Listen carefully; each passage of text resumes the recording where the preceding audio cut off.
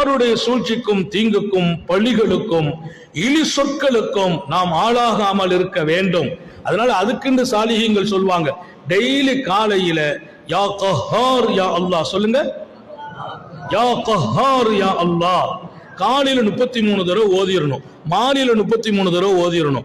ஓதும் போது முன்பின் 13 ஸலவாத்துகள் ஸல்லல்லாஹு அலா முஹம்மது ஸல்லல்லாஹு அலைஹி வஸல்லம் ஒரு 13 தடவை ஓதிட்டு யா கஹார் யா அல்லாஹ் 33, பின்னால் ஒரு 13 ஸலவாத் ஓதிட்டு அல்லாஹ் என்னுடைய மௌத் வரைக்கும் யாருடைய கொடும் பிடிகளுக்கு நான் ஆளாகி விடாமல் பாதுகாப்பாயாக. எந்த ஒரு சூழ்ச்சியும் உங்களை பாதிக்காது. அல்லாஹ் இன்னைக்கே ஹயாத்தாக்க தௌபீக் செய்வானா?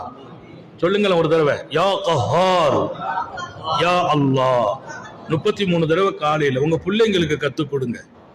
பள்ளிக்கூடம் போறாங்க, ரோட்ல போறாங்க, எந்த தீங்கும் எந்த பழிகளும் இழிவு சொற்களும் அவர்களை பாதிச்சிடக்கூடாது, நம்ம பாதிச்சிடக்கூடாது. இன்னைக்கெல்லாம் நம்ம சின்ன விஷயம் ஒருத்தருக்கு பிடிக்கலன்னா உடனே நம்மளை என்ன பண்ணலாம் தான் யோசிக்கிறாங்க.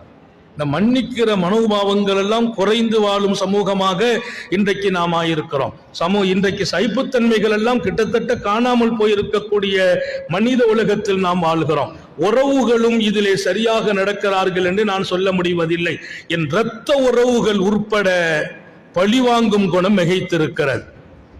இந்த குணம் இருக்கிற வரையிலும் என் வணக்கத்தை கொண்டு எந்த பவரையும் நான் பெற முடியாது.